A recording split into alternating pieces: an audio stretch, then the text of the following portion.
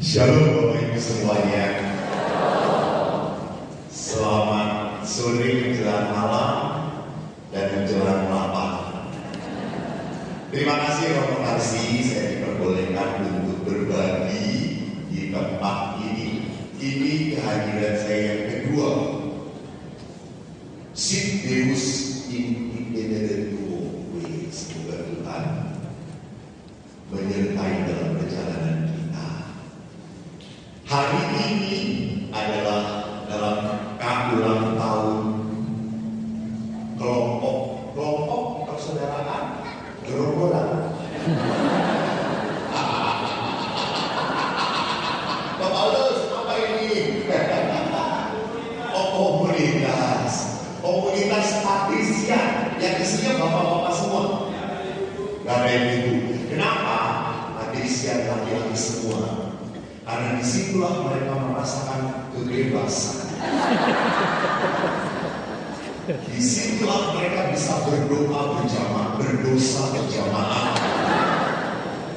Terima kasih komunitas patrisian, dan hari ini pun bekerja sama dengan SKK ya, dari seksi kerasulan keluarga Keuskupan Agung Jakarta Paroki Sangu. Selamatis. Tepuk tangan dong untuk kakaknya. Ya, siapa yang dari paroki sini? Angkat tangan.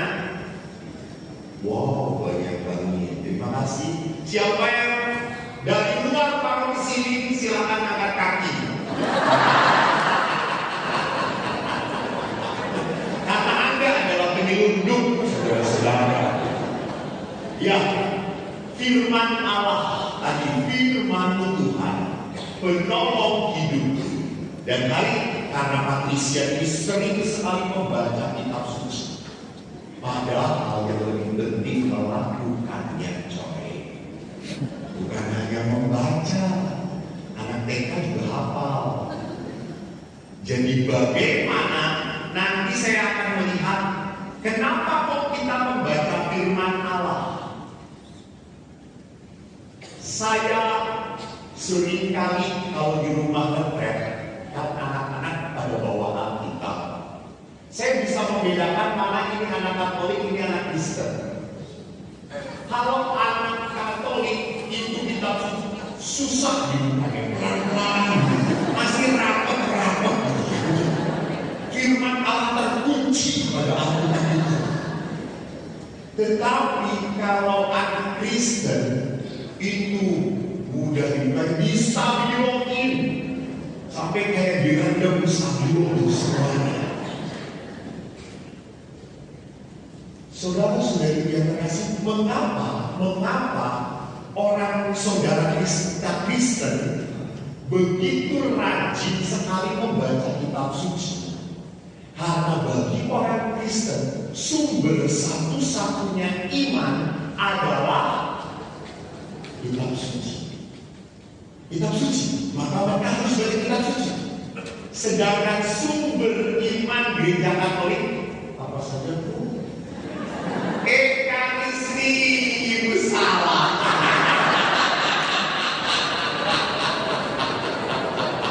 Itulah tempat mencari berkat Tuhan, ekaristi namanya. Sumber iman gereja Katolik kitab suci, betul. Lalu tradisi gereja, betul. Lalu magisterium ajaran gereja. Jadi ada begitu banyak yang harus diketahui oleh orang Katolik. Maka nanti juga saya memperlihatkan ajaran gereja tentang kitab suci apa, supaya kita tahu bersama-sama. Dan sering orang Katolik kalau disuruh baca kitab suci banyak alasannya. Tulisannya kecil-kecil, susah dibukanya, susah dibacanya. Terus saya juga, Oma, cari kitab suci yang satu lembar satu huruf.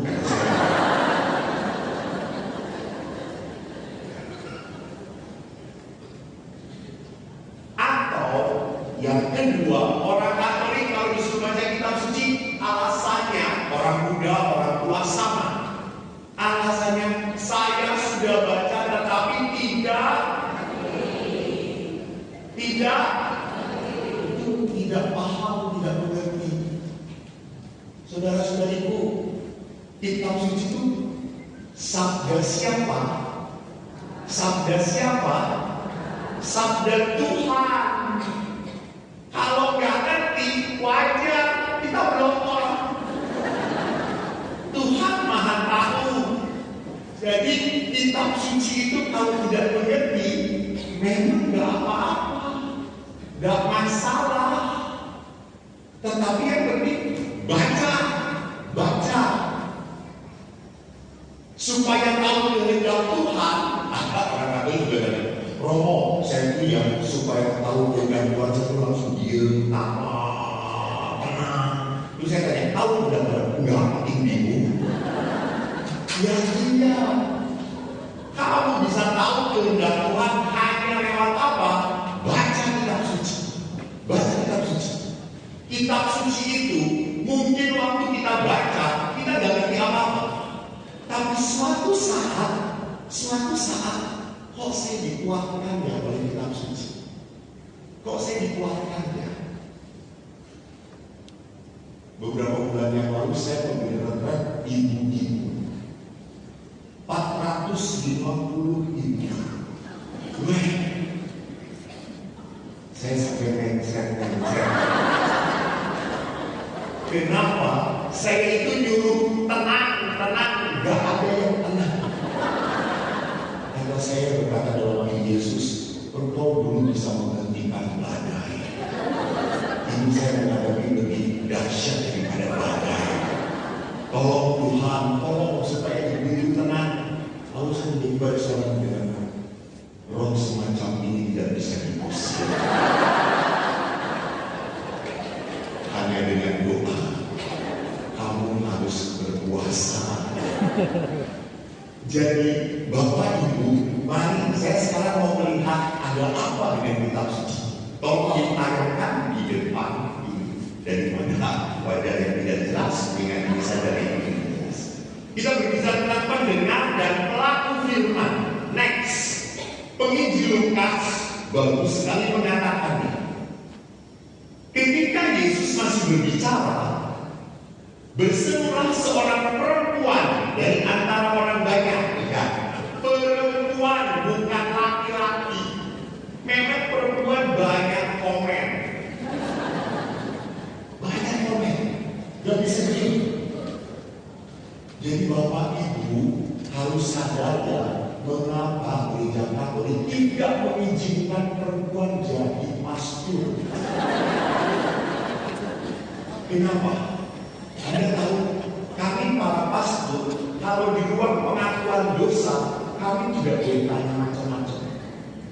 Kita hanya mendengarkan dan kita tidak tahu siapa yang mengakukan. Dan tidak mau tahu juga dosa-dosanya. Oke, karena kita pengantar berkat, karena yang mengampuni Tuhan. Jadi kita dengerin doa. Oke, baik. Terus aku sudah diampuni. Bayangkan kalau perempuan pasti siapa? Gimana? Oh, itu memang orangnya kayak gitu. Udah jangan diampuni.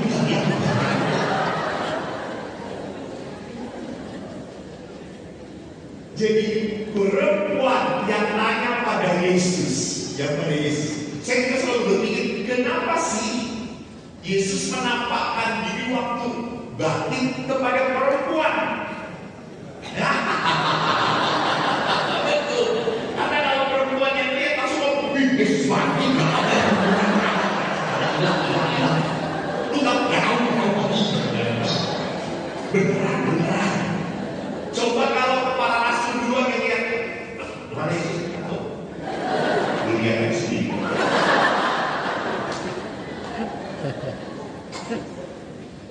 Jadi memang peran perempuan dalam kitab suci cukup kuat diceritakan. Maka di sini seorang perempuan berkata, berbahagialah ibu yang telah mengandung kau dan susu yang telah menyusui kau. Karena Yesus berkata apa? Yang berbahagia ialah mereka yang mendengarkan firman Allah dan yang memeliharanya. Seorang perempuan ini kan berkata, Maria pasti ibu yang terberkati. Yesus berkata, "Dah, yang berbahagia ialah mereka yang mendengarkan firman Allah dan memeliharanya." Apakah Yesus menolak Bunda Maria? Apakah Yesus menolak Bunda Maria? Tidak. Justru Yesus mengatakan, ibu saja tidak hanya punya hubungan badan dengan saya, dia ibuku, tetapi ibuku adalah mendengarkan firman Allah dan memelihara firman Allah. Jadi justru Yesus menekankan yang berbahagia itu harus seperti siapa? Maria. Dia mendengarkan dan memelihara firman Allah.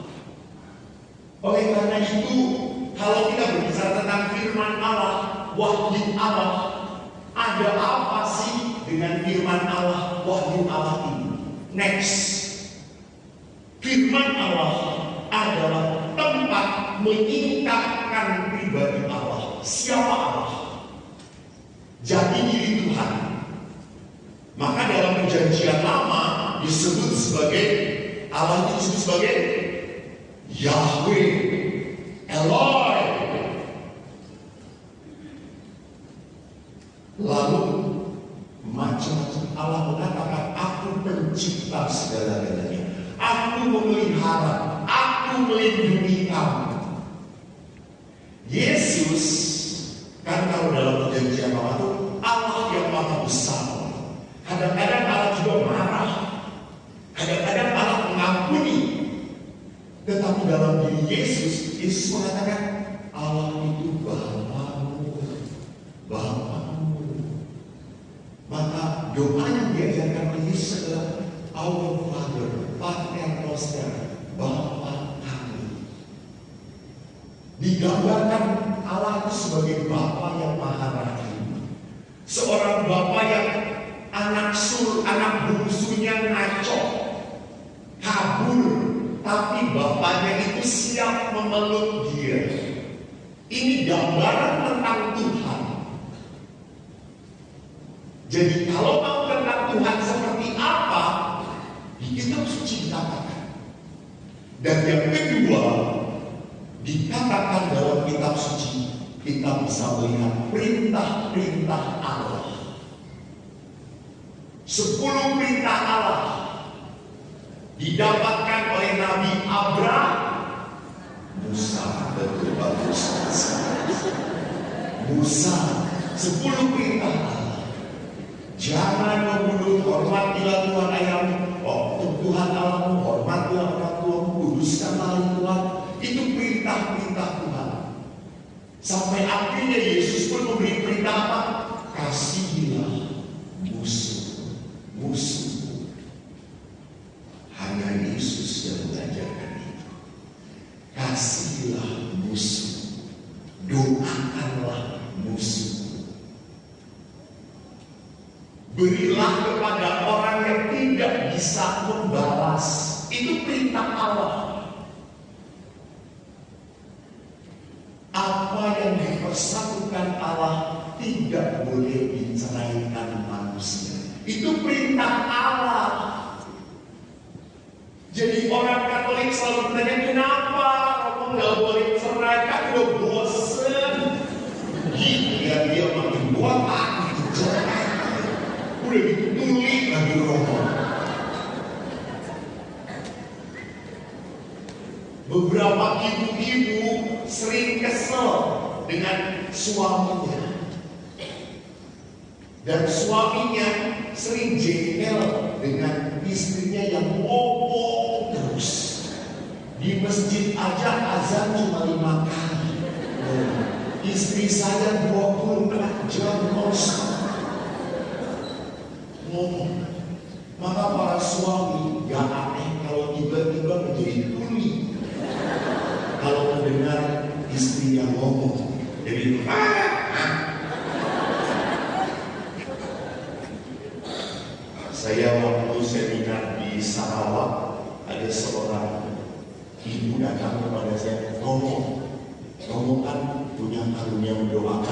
setiap promo punya, kita juga semua punya, bisa saling mendoakan.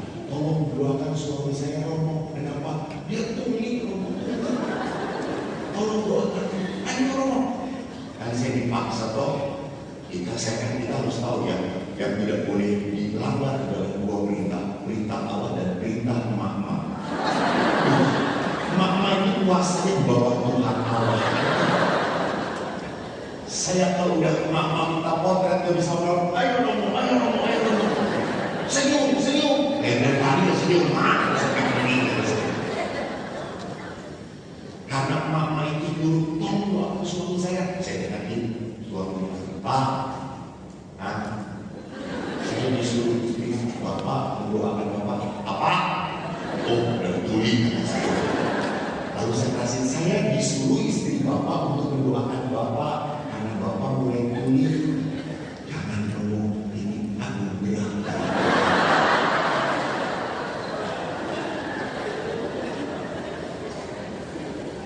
Lalu akhirnya ya sudah Pak, mari kita syukuri anugerah Tuhan. Sebab itu terima kasih Romo, karena saya tuli, saya tidak pernah hidup saya. Jadi saudara lihat kenapa gereja Katolik ngotot tidak boleh cerai.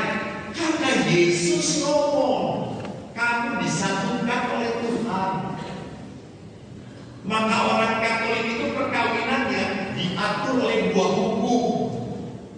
Satu, hukum pemerintah sipil. Kedua, hukum ilahi, hukum Tuhan. Jadi jangan kita tuh nggak boleh cerai, cuma gereja yang ada-adain, gereja lain juga boleh kok. Kampret. Jangan ada kitab suci, dengerin. Itu kata Yesus. Jadi walaupun perceraian disahkan di hukum sipil, tidak pernah diterima dalam gereja Katolik. Tidak pernah diterima. Waktu saya memberikan seminar tentang keluarga juga sama. Ada seorang ibu-ibu tanya, Romo, saya mau tanya. Ya, Romo, saya ini sudah bertahun-tahun ditinggalkan sama suami. Gak tahu dari mana. Status saya apa, Romo? Ibu yang kami tanya ke gue. Ya walaupun ibu sudah ditinggalkan suami, tetap ibu adalah seorang istri yang terikat dalam perkawinan. Tapi dia sudah pergi. Enggak, Masya Allah. Tetap ibu bukan singlet lagi. Bukan single lagi. Enggak, ibu terikat dalam perkawinan. Jadi saya nggak boleh punya pacar, jangankan pacar. Terus saya dalam hati berpikir, emang masih laku kan saya? Cuma nggak berani saya ngomong kayak gitu. Kok pulang penyakit sama ibu itu? Dan jadi ibu bukan pacar, ibu tertarik pun itu dosa, nggak benar. Ibu tetap hidup sebagai istri dari suami walaupun dia sudah pergi. Ya, karena ini aturan Tuhan. Ini aturan Tuhan. Jadi kita bisa tahu hukum Tuhan itu dari mana? Kitab suci mengatakan seperti itu. Wahyu Allah adalah keputusan Allah supaya manusia mengenal kasih dan rencana di dunia ini. Next, kita lihat apa tujuannya kalau itu wahyu Allah ini. Jawabnya karena Yesus. Jadi tujuan dari firman Allah adalah demi keselamatan manusia. Demi keselamatan manusia. Saudara-saudari yang terkasih, ingat ya, Tuhan itu tidak hanya mau memberkati Anda hari ini, minggu depan, tahun depan, bukan hanya itu. Allah ingin memberkati Anda supaya Anda masuk ke hidup yang kekal. Itu kerinduan Tuhan. Sedangkan kalau kita doa selalu cari enaknya sendiri, selalu cari yang gampang, selalu cari yang membuat kita senang dan bahagia. Betul tidak? Betul. Lihat kalau doa novena, saya kadang-kadang sedih dengan doa novena itu kalau baca permohonannya. Ada permohonan gini, Tuhan, semoga karena pertolongan-Mu hutang-hutang keluarga kami dilunaskan Tuhan. Terus saya berpikir, buset deh, dia yang hutang Tuhan yang dibayar.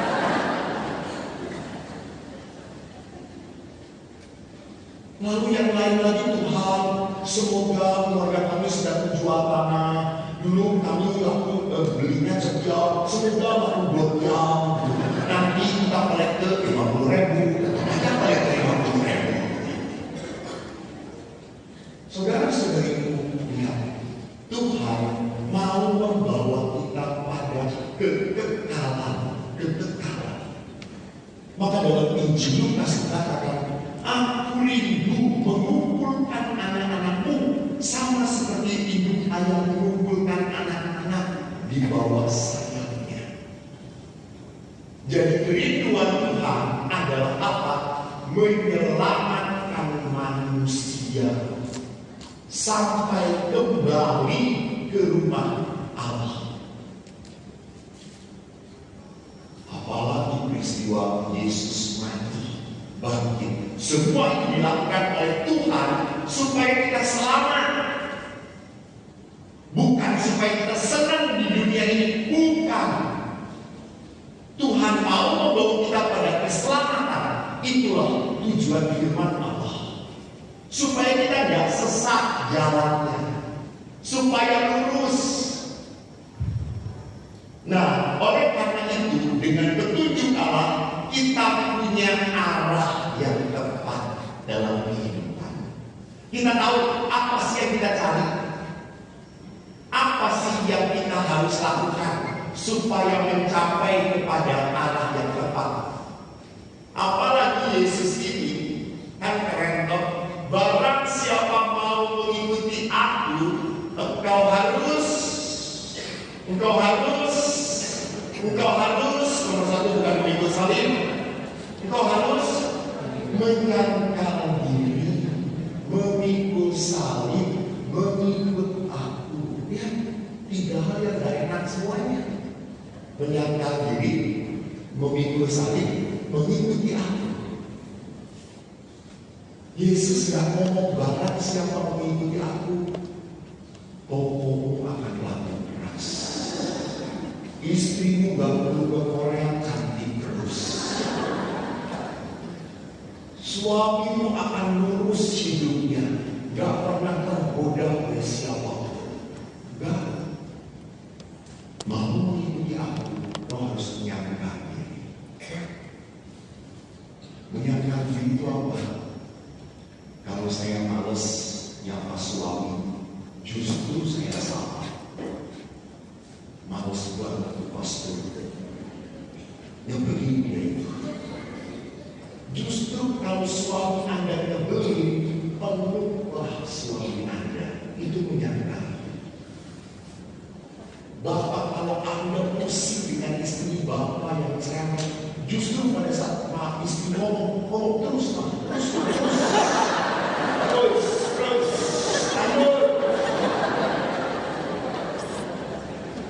Karena ingat bapak-bapak, salah satu ciri perkawinan adalah tidak hanya sakramen, perkawinan pun menguduskan. Ada nggak orang jadi kudus satu-satu ini hidupnya enak-enak? Tidak ada. Semua orang kudus menjadi kudus karena banyak pengorbanan. Jadi bapak-bapak, kalau Anda menderita karena istri Anda cerewet, itu jalan ke surga. Jadi kalau dia cerewet terus gitu masuk surga terus. Makin Anda berkorban, makin masuk surga coy. Menyangkal diri, memikul salib. Apa artinya? Setiap orang punya salib hidupnya masing-masing. Jangan dipikir keluarga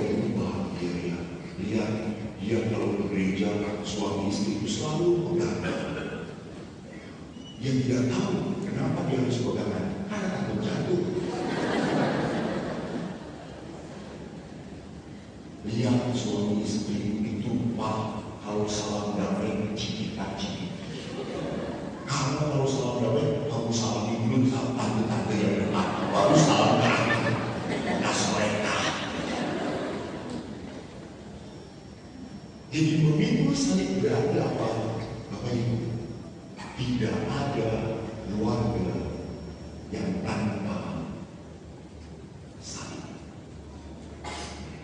Apapun bentuknya, entah itu suaminya yang ngaco lah, suaminya yang serong lah, entah suaminya yang malas lah, entah suaminya penjudi lah, entah istrinya tukang belanja lah, entah istrinya hobinya biar TikTok lah.